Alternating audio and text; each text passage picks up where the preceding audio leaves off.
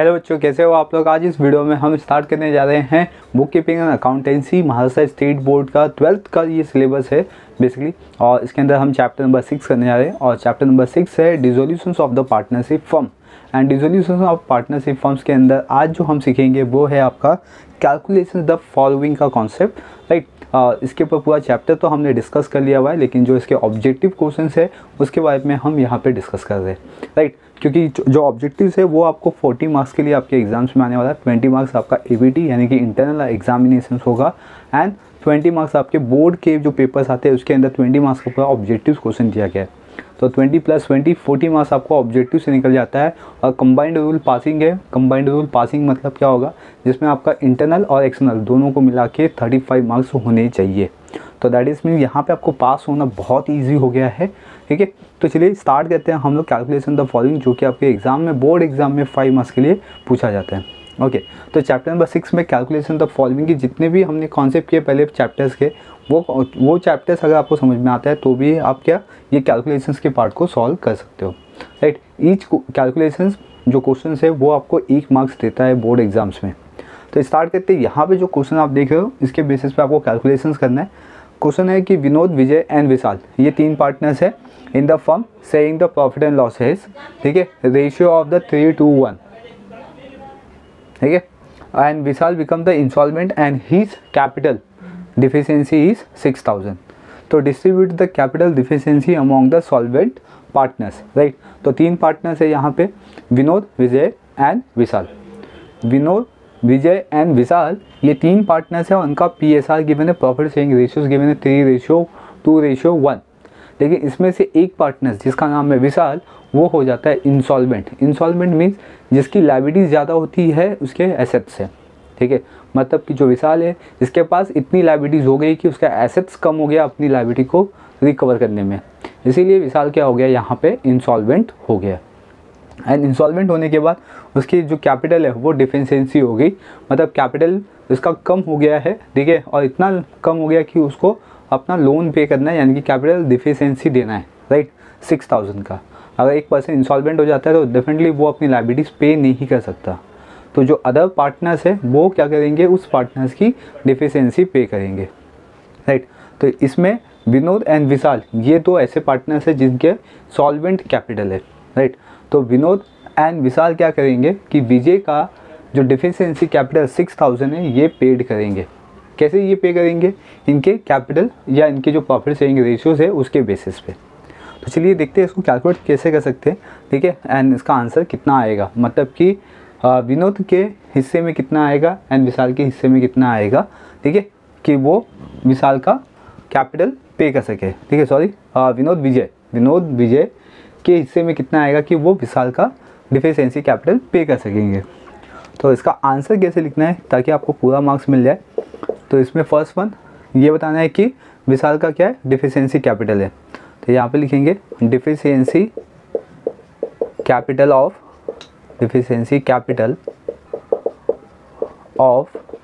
किसका था ये, विशाल का। तो विशाल इक्वल्स टू ₹6000, ठीक है। डिफिशियंसी कैपिटल किसका है, विशाल का है, और कितना है ये 6000 है। एंड देन अब जो सॉल्वेंट पार्टनर्स है उनका PSR बता देंगे, या तो आप सबका PSR बता सकते हो साथ में, कोई दिक्कत नहीं है। यहाँ पे लिखेंगे, इधर लिखा हुआ है प्रॉफिट एंड लॉस, ठीक है। तो यहाँ पे लिखते हैं हम लोग ratio of profit and losses is 3:1, right. अब आपको बताना है कि जो सॉल्वेंट पार्टनर्स है यानी कि विनोद एंड विजय, राइट, ये विशाल का कितना कैपिटल पे करेंगे। तो शेयर्स ऑफ डिफिशियंसी फॉर विशाल, ठीक है। सेम लिखेंगे, सॉरी विशाल तो ये हुआ है इंसॉल्वेंट। फर्स्ट पार्टनर कौन है, विनोद। सेकेंड लिखेंगे class shares of deficiency for second partner से विजय, तो विजय, ओके।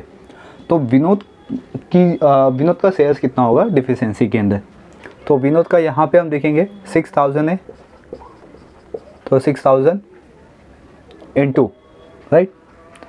अभी इसमें विनोद का शेयरिंग रेशियो कितना है, 3 है, तो 3 अपॉन, अब देखेंगे हम इसका टोटल, ठीक है। तो विनोद का तो 3 मिल गया हमें, लेकिन जो इसमें विशाल थर्ड पार्टनर है, ठीक है, वो क्या हो गया, इंसॉल्वेंट। तो मतलब ये आपको 1 रेशियो इधर पे कंसीडर नहीं करना है, ठीक है। तो 3 and 2 का रेशियो बनेगा यहाँ पे, 3 and 2 का, क्योंकि ये इंसॉल्वेंट हो गया, ये पे नहीं करेगा, राइट। तो मतलब कि 3 + 2 कितना होगा, 5। तो इधर पे हम 5 लिखेंगे, 3 + 2, देन इसको 5 से डिवाइड कर देंगे, 5 12 जा, ठीक है, 5 12 जा, राइट, और 12 3 जा 36, और ये 2 0 1 2। तो जो विनोद है वो 3600 का कैपिटल डिफिशिएंसी पे करेगा।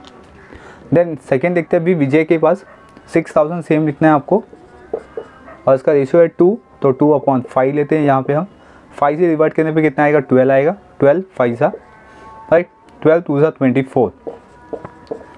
मतलब कि जो विजय है वो 2400 यहाँ पे शेयर्स करेगा या बियर करेगा कैपिटल डिफिशिएंसीज को।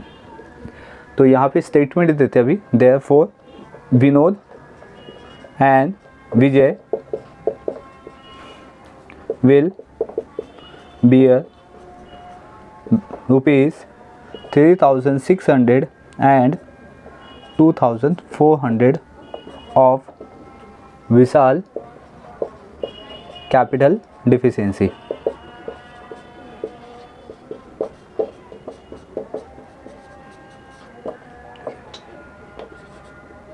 ठीक है, तो विनोद एंड विजय ये बियर करेंगे 3600 rupees and 2400 of Vishal capital deficiency. I hope कि ये जो फर्स्ट जो क्वेश्चन था ये आपको समझ में आ गया कि हमने इसको किस तरीके से सॉल्व किया, ठीक है। इसके बेसिस पे और भी आपको क्वेश्चंस गिवन हैं, ठीक है, second third fourth fifth.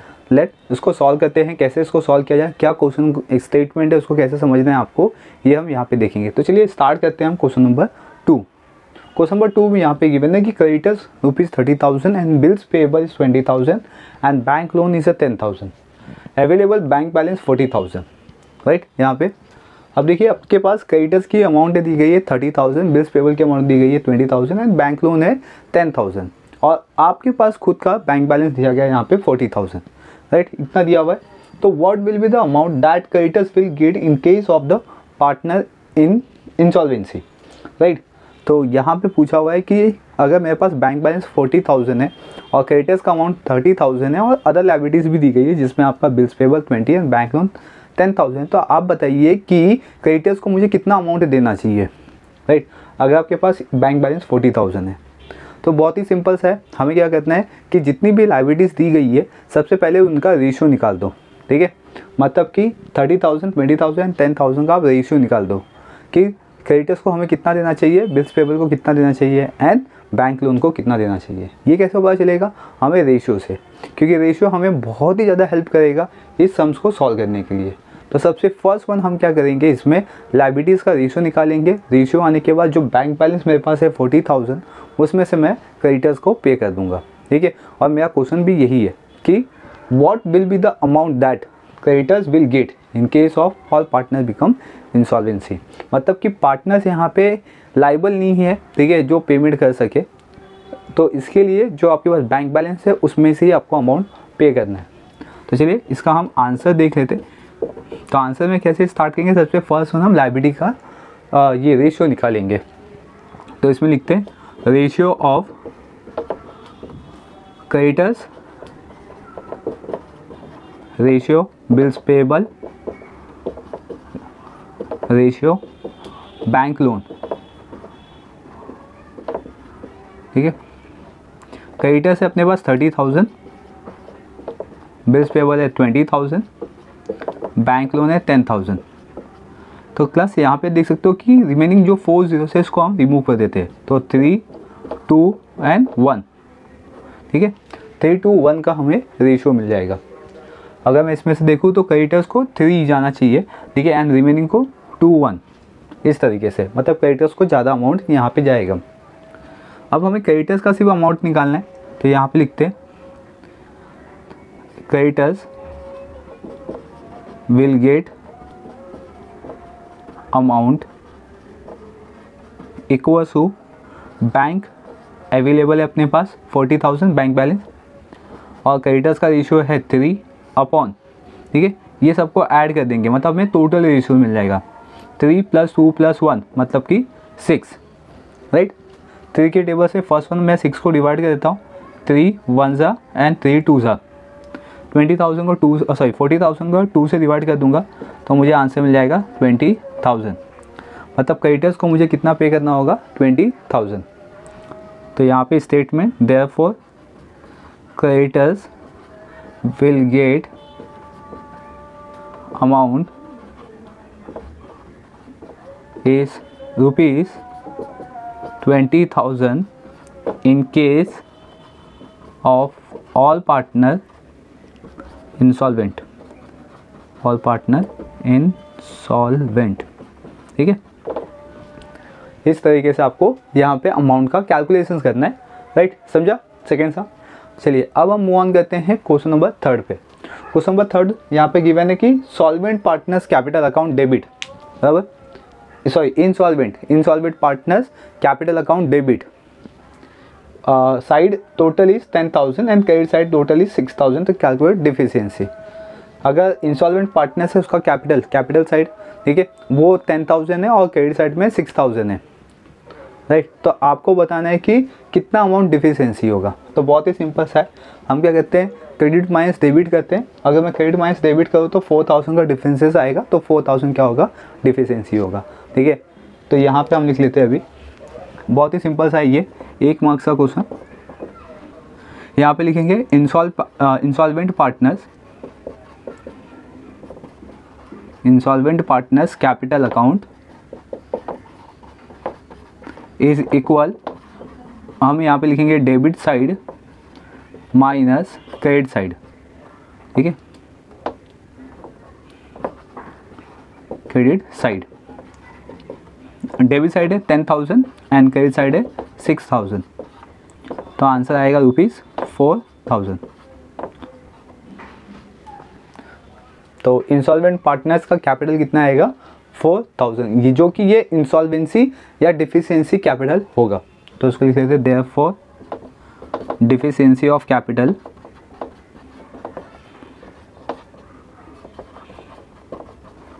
Is ₹4,000।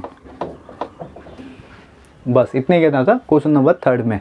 I hope class की ये तीनों क्वेश्चंस आपको समझ में आ गया होगा कि आपको किस तरीके से सॉल्व करना है, राइट। चलिए अब हम मूव ऑन करेंगे क्वेश्चन नंबर 4 एंड 5 पे, तब तक आप इसको राइट डाउन कर लीजिए। क्वेश्चन नंबर 4 है कि insolvent partners capital account debit side is ₹15,000, right, यहाँ पे, and insolvent partners brought cash ₹6,000। Calculate the amount of the insolvency loss to be distribute among the solvent partners, right. Question बहुत ही simple से word में लिख दिया हुआ है कि जो इंसॉल्वेंट पार्टनर्स है उसका अमाउंट है 15,000, ठीक है। इंसॉल्वेंट पार्टनर्स का डिफिशियंसी ऑफ कैपिटल 15,000 गिवन है, और जो इंसॉल्वेंट पार्टनर्स है उसने 6,000 का कैश बिजनेस में लेके आया हुआ है। तो अब आपको बताना है कि जो सॉल्वेंट पार्टनर्स है वो कितना, ये जो इंसॉल्वेंसी है या इंसॉल्वेंसी लॉस है वो डिस्ट्रीब्यूट करेंगे अमॉन्ग आपस में, राइट। तो बहुत ही सिंपल सा क्वेश्चन है। पहले तो ये जो इंसॉल्वेंट पार्टनर्स का कैपिटल है 15,000, उसमें से ये 6,000 माइनस कर देंगे तो हमें मिल जाएगा 9,000, और ये 9,000 क्या होगा कि ये जो सॉल्वेंट पार्टनर्स है वो आपस में डिस्ट्रीब्यूट करेंगे, राइट। बस इतने ही आंसर करना है आपको। कितना सिंपल सा क्वेश्चन है, लेकिन इसको लिखना कैसे वो देखते हैं हम लोग। इसका सॉल्यूशंस होगा, फर्स्ट हम यहाँ पे इंडिकेट करेंगे कि सॉल्वेंट पार्टनर्स का कैपिटल जो है वो कितना है, ठीक है। तो इसमें लिखेंगे insolvent partners capital account debit side is 15,000 and इसने बॉट किया हुआ है, ब्रॉट कैश ₹6,000, राइट। तो इंसॉल्वेंसी लॉस कितना होगा यहाँ पे देखते इंसॉल्वेंसी लॉस लिखेंगे, insolvency loss equals to 15,000 minus 6,000, तो इसको माइनस कर देंगे क्लास, तो आ जाएगा अपने पास 9,000, राइट। तो इंसॉल्वेंसी लॉस कितना है अपने पास 6000 का है। तो हो गया, बस इतने ही करना था आपको। यहाँ पे बताना था कि इंसॉल्वेंसी लॉस कितना होगा, तो 9000 का आपको इंसॉल्वेंसी लॉस होगा। तो लिखते हैं 9000 इज़ द अमाउंट, ये जो आपको स्टेटमेंट दिया ना, calculate the amount of insolvency loss to be distribute among the solvent partners, ठीक है। तो वो पूरा यहाँ पे कॉपी हो जाएगा। तो 9000 is the amount of insolvency loss, ये अमाउंट किसका है, इंसॉल्वेंसी लॉस का है। तो इंसॉल्वेंसी लॉस,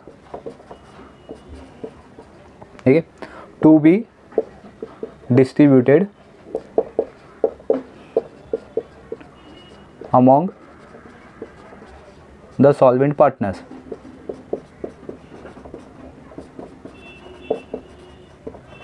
हो गया, यहाँ पे आंसर कंप्लीट हो गया आपका, राइट। बस इतना ही करना था क्वेश्चन नंबर 4 में। और सबसे इजी यहाँ पे क्वेश्चन नंबर 5 गिवन है आपको, राइट। क्वेश्चन नंबर 5 क्या है, realisation profit of a firm is ₹6000, ठीक है। मतलब फर्म को प्रॉफिट हुआ है, अपने एसेट्स एंड लायबिलिटीज़ को टैली करने के बाद इनकी एसेट्स वैल्यू 6000 ज़्यादा हो गई, ठीक है। तो उसमें होगा रियलाइजेशन प्रॉफिट। तो partner shares the profit and losses in the ratio 3:1। तो calculate the amount of the realisation profit to be credited to partners capital account.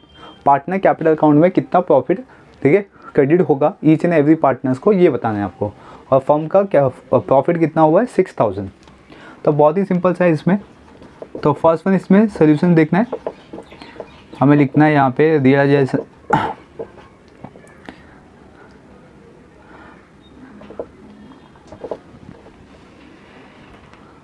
हमें यहाँ पे लिखना है realisation profit of a firm ₹6000, right. और यहाँ पे पार्टनर्स का रेशियो दिया हुआ है, ratio of profit and loss equals to 3:2:1, right.